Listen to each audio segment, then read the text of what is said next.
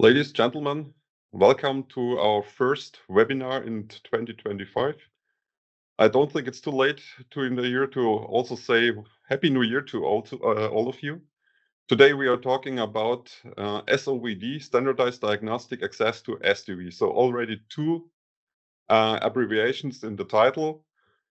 We are talking and discussing how service-oriented vehicle diagnostic relates to software-defined vehicles. That's the two abbreviations.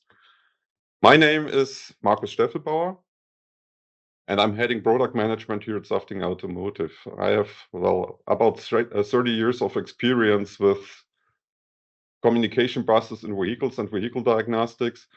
For almost the same time, I'm also working in standardization. So I've been actively participating in ODX standardization, MCD3 standardization, also the first steps of OTX, and I'm also one of the initiator of service-oriented vehicle diagnostics. Together with me is Jürgen Hallmeier. Hello, also warm welcome from me. My name is Jürgen Hallmeier. I'm since 25 years in the vehicle diagnostics, and I'm also participating in the standardization. So I was actively working for the MCD 3D standard, which became the ISO 22900-3. And I'm currently working also in the SOVD group.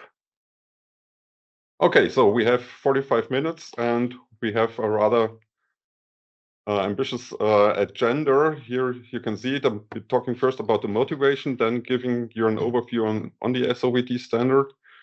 Then Jürgen is taking over for more details on SOVD. We are talking about challenges if we are bringing SOVD to real life, and show you an example implementation just on slides in this webinar. And at the end, we will have a question and answer session if time is enough. You find in your Teams an Q&A button. Please, if you have a question, just write it there so that we can react on it in this part. So let's start. I think we all know that for many years we have vehicle functions in the car. So we have a brake system, we have an engine, we have steering, and so on. And in the beginning, that was all mechanical systems. And time by time, for more than 20 years now, it's mechatronical systems. So a mechanical system comes with some electronics. And well, during the time, there was a lot of additional functionality added to this function. So for safety reasons, for efficiency reasons, but also for comfort reason. And you see some of the examples here. And all those functionality like recuperation and the parking pilot going to autonomous driving comes with a lot of software. And that is why today we call vehicles software-defined vehicles. And just to give you some figures that I found on the internet. So this guessed that in 2010 we had about 10 million lines of code in the vehicle. In 2020, that rose to 100 million lines of code. And it is guessed that in 2030 we reach 1,000 million lines of code. And just to give you a benchmark, a Boeing 787 Dreamliner comes with approximately 12 million lines of code. So there's much more code today already in a vehicle than in a plane. That has, of course, a lot of influence in how a vehicle must be built in the future. And therefore, there's currently a change in the architecture happening. And that is an example picture, of course, and it is reduced, of course, but just to show you what is currently discussed. And the idea is to bring a lot of HPCs in a vehicle. In this example, it's 4 HPCs, high performance computers. And well, it will be at least 2, and I think the maximum is 4. These HPCs are still connected to controllers that might be just mechanical controllers with a little of electronics. That can also be electronic control units as we use it today. And well, there's more than one reason for an architecture like that. And the first reason is, of course, that with advanced driver assistance and with autonomous driving, we need a lot of more computing power in the vehicles. And an HPC brings this computing powers that we need. Since we are talking about safety critical systems like autonomous driving, we also need some redundancy in the vehicle so that we always drive in a safe state. That is the second reason for an architecture like that. We are also talking about having something like a zonal architecture in the vehicles that brings an easier integration of software modules. I mean, we still need the functions. We reduce ECUs, but the functions are still needed, and we have to integrate it somewhere. And that is, of course, the HPCs where software functions take place then. The integration is one reason that makes zonal architecture very popular. The second is that by an architecture like that, you can save a lot of weight in the vehicle. And I've seen a video from Tesla where they stated that they save with a zonal architecture about 100 kilograms of copper in the wiring harness. So that is a big step, of course. Yeah, well, and what we also need is an infrastructure access via a wireless, a wireless connection. That is the architecture people are talking about, and in the first vehicles, it's already in place. So if you ask now, what has this to do with diagnostics? Well, I try to explain that. If you're talking about today's diagnostics, we're always talking about ECU diagnostics, and well, what happens is, and that is the circular arrow you can see, we have a lot of routines in an ECU that are checking if the environment is okay. So it is looking at the sensor inputs, it is looking at the actuator outputs, also routines that are checking if all CAN bus signals are available that are needed, and so on. We call it self-diagnosis. In fact, it's a diagnosis of the environment of an ECU. And if you're talking about HPCs, that is not enough. An HPC looks more or less like that. So the columns are different cores of an ECU. We can also have different operating systems running on one HPC. So that is the different colors in the columns. And what we need is a diagnosis in the HPC that checks the inner environment, let's say it this way, that everything works fine in the HPC. We also need, since more than one function is integrated in one HPC, something like a diagnosis master for the functionalities. That can also be a functionality that combines software that is in an HPC with some information coming from today's ECUs.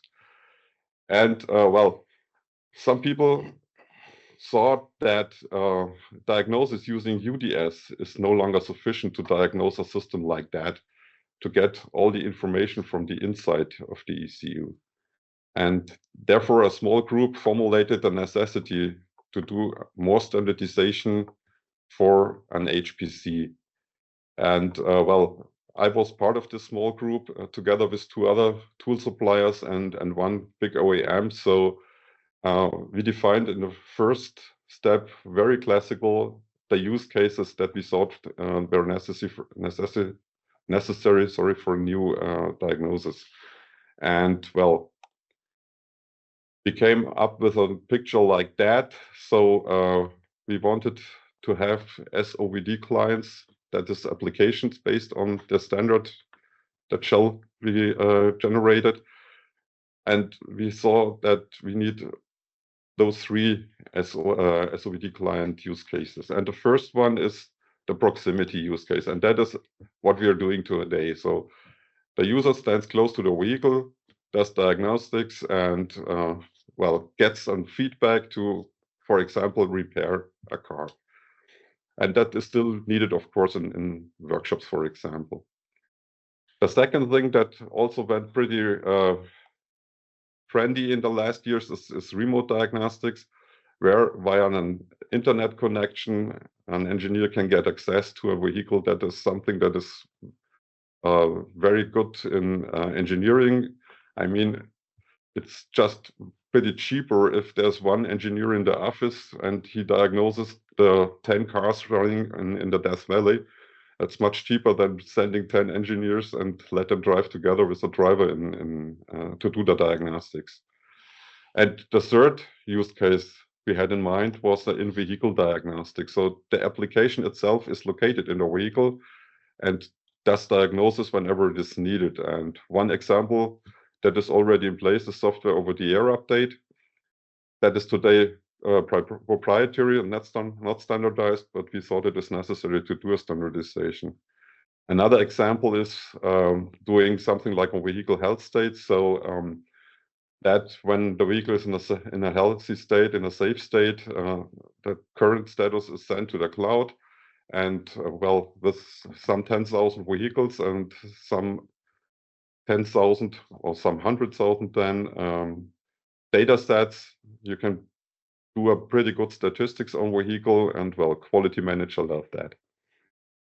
So based on that use cases, a picture was built, and that was already done then in the ASAM standardization group.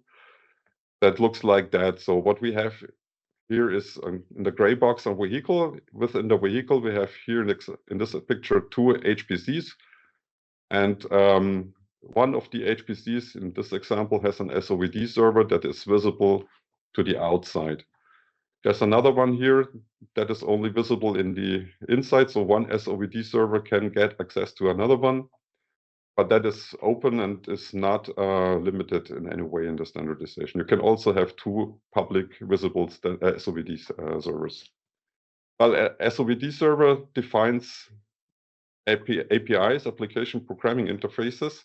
And well, there were 4 groups of API accesses well thought about, let's say this way. The very light blue ones are not that much available in the first version of the standard. The other ones are pretty good defined. So an area allows access to something like a zonal architecture. It is also allowing access to what we today call domains. So get access or access the error memory, for example, of a powertrain domain. That is or will be possible via the area part.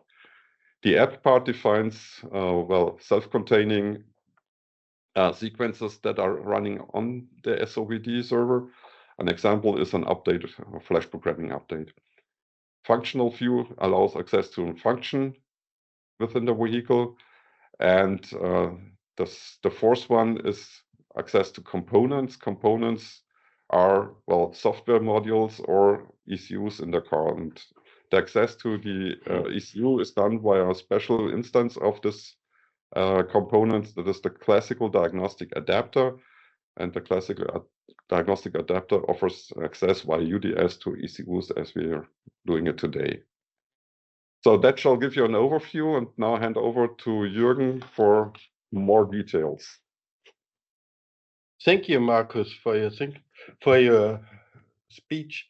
So now I will want to show you a little bit look inside SOVD. So first the use cases, then how it is implemented. And here you can see the first part of the overview of the use cases. And everything I have here in bold is somehow also done in traditional diagnostics, like with ISO 22900. So the first one is, of course, we have to have a possibility to discover SOVD servers. So for traditionally, for DOIP, you have the vehicle identification request. But this, of course, is always limited to a local network, and via SOVDs, there is the possibility to do this also remote via the internet. Then, of course, you have to discover the entities. So, yeah, we haven't introduced entities. So all the things that were on the slide before like components areas are called entities. Then a very important thing is that it has to be possible to authenticate SOVD clients. So of course, not everyone shall have the possibility to access the data in the vehicle. Especially now with the new EU regulations, that's a critical part. Okay, then we come to the more traditional, like read faults and its details. That's of course is defined in existing UDS standards. The same is delete fault, read of data resources, so read IOs or read data, writing of data items, control of operations, running routines, and of course reading and writing configurations, which is in traditional diagnostics not differentiated from the reading of data. Furthermore, what is really new in the SOVD is control of software updates. So here you really have a functionality for software updates and not just a service like transfer data to do something. Also, because on the HPCs there will be large data. So traditionally, when using a CAN bus or something like that, you have that 4 kilobyte per frame, and usually in an HPC you will have maybe megabytes or even more data. Also, the self not controls. Also, of course, you have to have logging of the things done in the HPC and retrieve those logs, because as we already discussed, there will be large data and multiple operation systems, which you cannot just handle easily and find out if something goes wrong. Also, of course, you should have communication logging, so maybe logging what's done on the CAN buses or Ethernet buses. A complete new thing is manage and execute scripts. That means downloading scripts, deleting scripts, and also execute them. So with that, you can enhance the functionality of the SOVD server. Just a note, so it's not defined how the script shall look. That's up to the OEM, but at least there is an interface in the API to do this. Also, we have something like managed triggers and subscriptions. So that's a little bit similar, but in the implementation totally different from like things like response on an event or making data lists.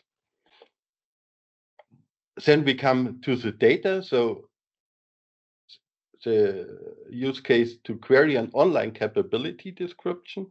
So a client doesn't have to know in advance what a vehicle can do, so it can query it. That's a little bit similar like the MCD 3D API, which maybe many of you will know, which also has a database API. And the vehicle should provide an offline capability description. That means a description of what data are available, maybe for a specific instance. And that's what was done before, like in ODX.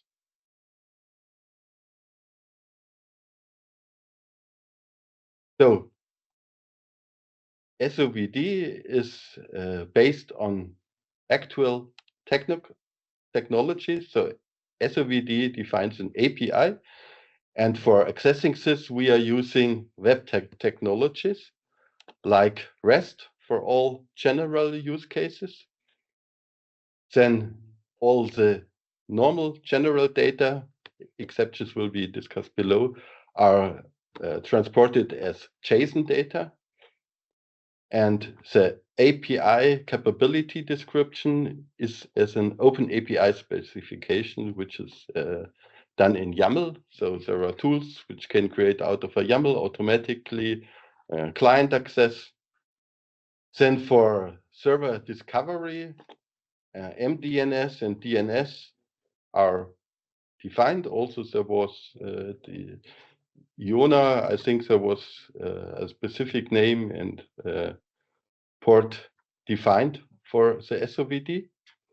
Then we have something special, because usually with REST you can just send a request and get some data, but for diagnostic sometimes it's helpful to say, yeah, I want to get some data cyclically, or I want to be informed if a new error occurs, for example.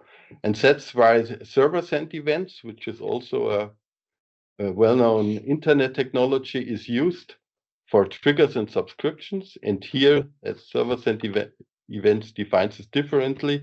That's not anymore JSON which comes back, but it's a text event stream. Also, the SOVD standard says there shall be authentication and security, like TLS or OAuth for authentication, but it's not fixed, so anything is possible here. Just a short overview, what is a REST API? So a REST API is an API which is done over HTTP, and this defines 5 methods. So the get method for reading content, put for update the content, post to create a new content on the server, then delete to delete created resources. You might see, yeah, but we have a diagnostic server. What can we create new resources? It should be fixed. That's not true, because like you can create lists of data, or as I said, for the cyclic things, you can create a new resource, use it, and that sometimes you can afterwards, if you don't need it anymore, you can have delete. And the last thing which is standardized in the REST API is the option. So the server returns which HTTP methods are supported for a particular resource. So we already heard about entities. So what are entities? Entities are holding diagnostic content. It could be done like here we have a component that's more or less similar to a traditional ECU, but we have other entities too. And also we have collections of entities like all components, all apps, and entities can have relations to other entities, like an app is located on a component, or multiple components are in relationship to an area.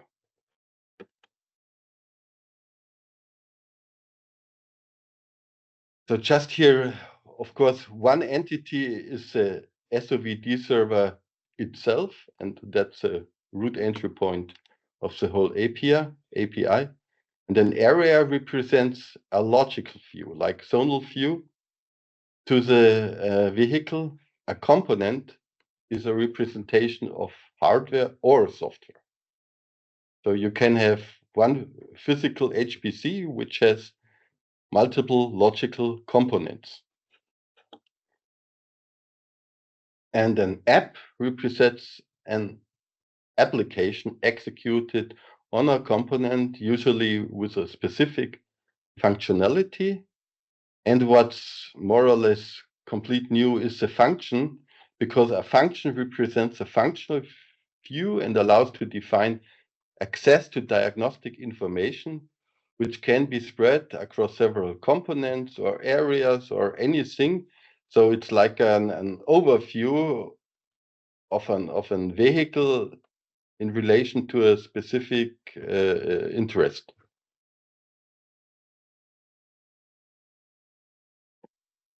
Then we come to resources. So each entity, as we've seen in the previous folder, provides its diagnostic content in form of resources at the SOVD API.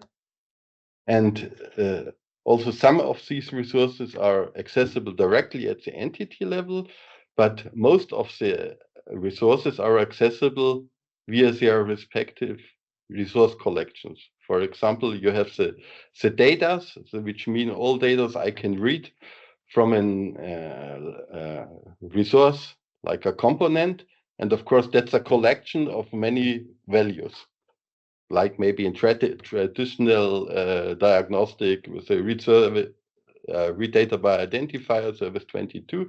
And there you had many DIDs, and here you have many resources or many data items you can read. So the following standardized collections, those conform more or less to the use cases you have seen. So you can have configurations, bulk data, communication logs, cyclic subscription, data lists, faults, operation, updates, which is for software update, modes, logs we had not discussed before. So you can access the log at different parts in the hierarchy. So of course you can say, I want to log a single component so no one else can access it now because maybe I'm doing some critical things on this. And then we have the triggers and the scripts. And what's very important, additional custom resource types, collections, and top-level resources may be defined, for example, by the OEM, by the implementer of the software. So it's extendable. And that's already described in the standard how this has to be done. So now we heard something about SOVD.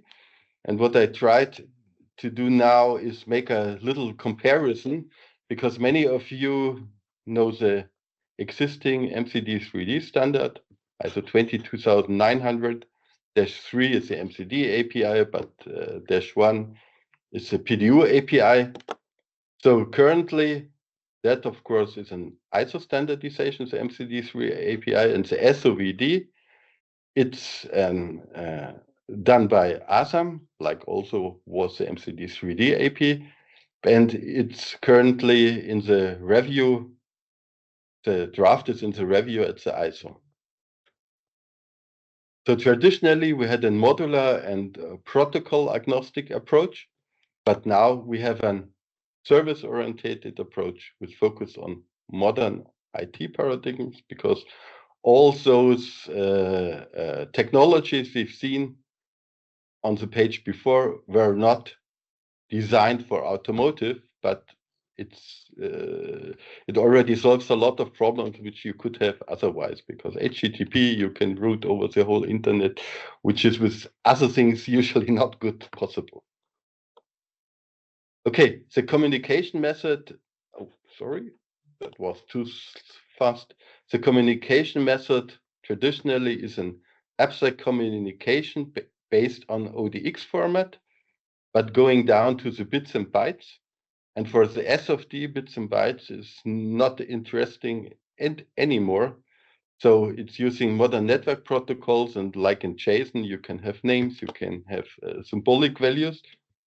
Of course, as Markus said before, you have this classic diagnostic adapter here. So if you have those ECUs inside your car, it has to be somehow done or possible to access them also. And the focus traditionally was on onboard diagnostics, also OVD, and now new cloud-based real-time and OTA diagnostics. I think OTA is a very important thing which was not possible before. For the scalability, before it was limited to in-vehicle and tool-based diagnostics, and now it's designed for highly scalable connected ecosystems.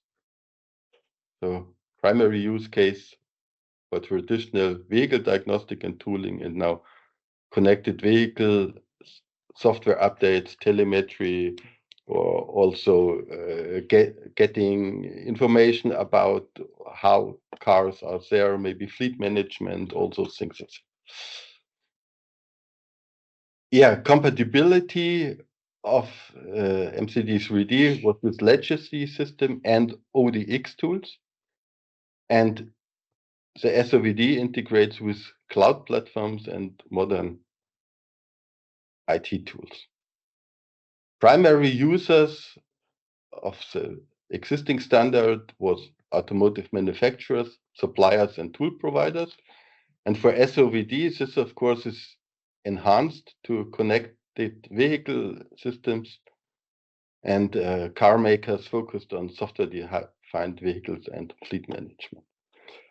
So that was a lot of theory. So maybe let's have a look how you do this in real. So an SOVD server. So here you can see the request.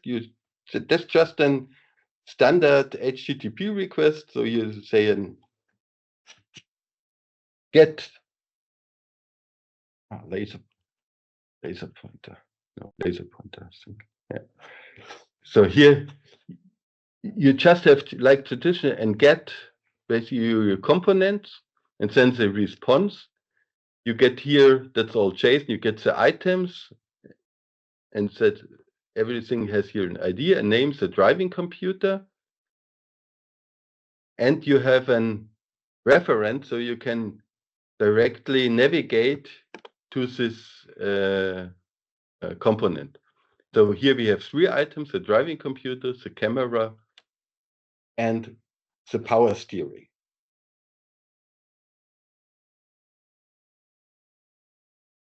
So this is a very simple example and shows getting a collection. Now a little bit more. So this is also a GET request, and now we want to get the component Windows control from the data, all data that's responsive or connected to the rear windows. And here, like with any HTTP request, you can have query parameters in the URL. You can also have request parameters in the request, and that's in detail defined in the standard where what can be used. And here we have something which is possible for all of the requests to include the schema. So the schema is a description of what is the meaning of the data that are delivered. So here we get the rear windows, which has the data, position left 100, position right 0. That's all we would get. So it's human readable. You already get this, but of course, if you want to know more about, this is in the schema. So the type of the ID is a string. Here of the ID is a string. The type of position left, it's an integer. Here you can see 100. The format is integer 32, and you also get here the minimum, the maximum. You can get the unit here, like it says, the display name is percent and factor SI unit. So you also have the possibility to reference base SI units, which would make it possible. So if it's here for percent, of course, it's not relevant. But if you have degree Celsius, then here you could get the values you need to calculate Fahrenheit out of it. So that was a short overview about the technologies in the SOVD server. And now I give back to Markus for the next parts. Yeah, thanks, Jürgen. So now let's get back from the technology swamp and return to an eagle view.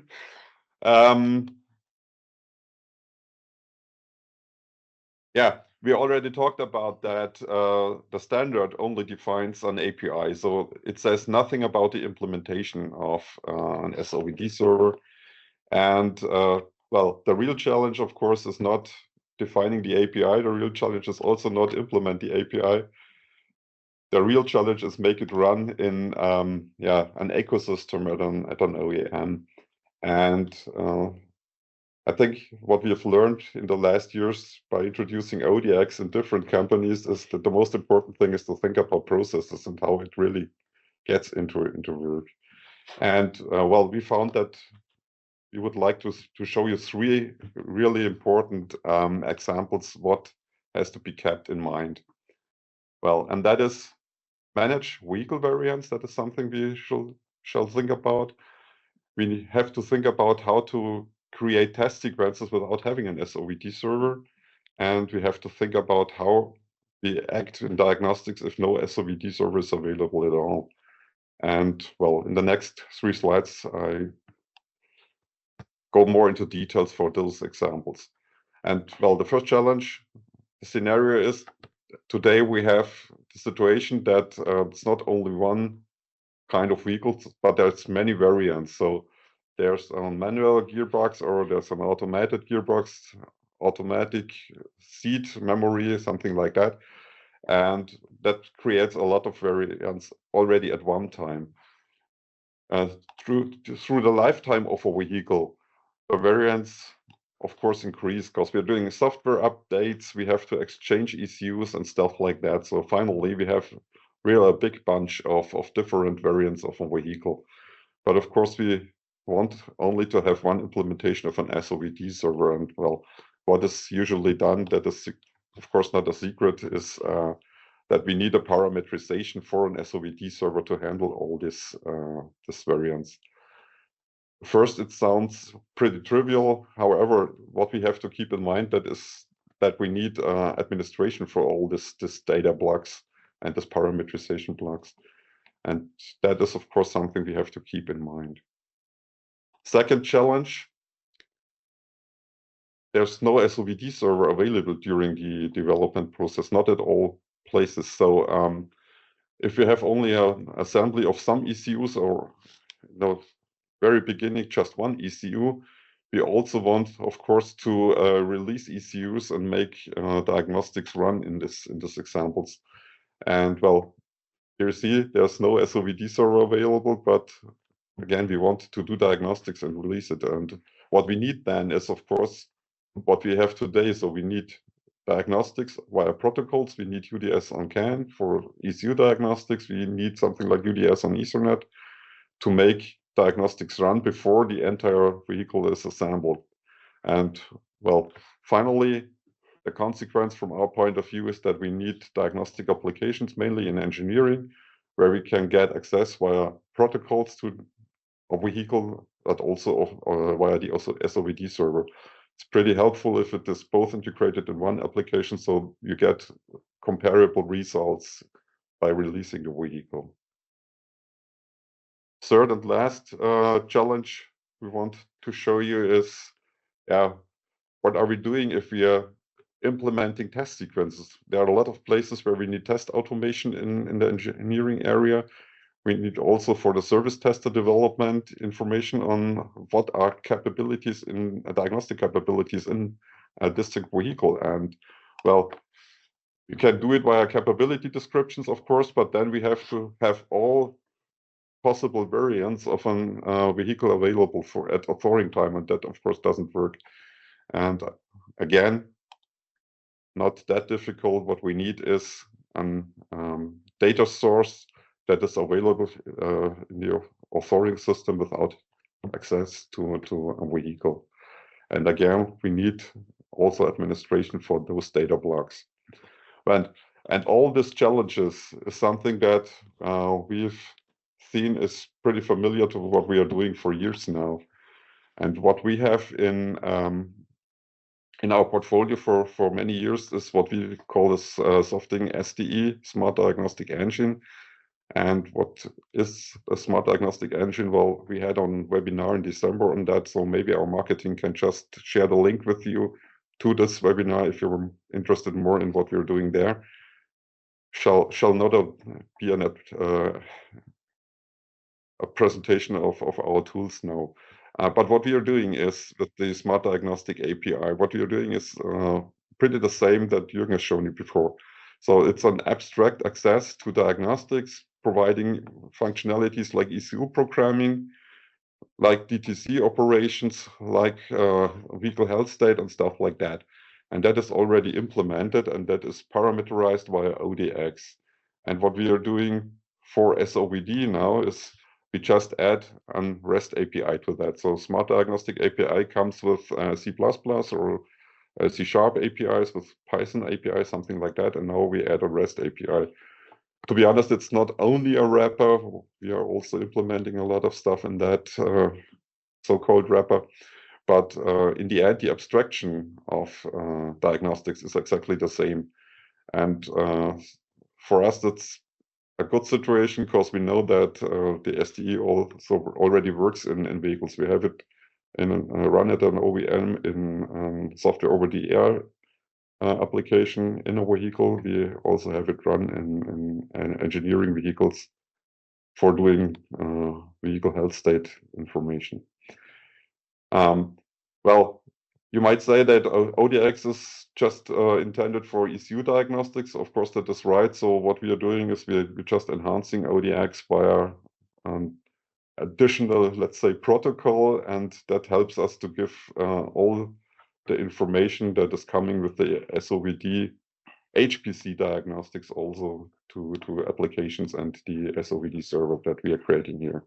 And the advantage from our point of view for that approach is that we are using a unified data description throughout the entire process. So we're starting with ECU diagnostics, then we can also have diagnostics with the same technology, also in remote use cases for ECUs or for first assembly of vehicles, also with functional mockups or stuff like that.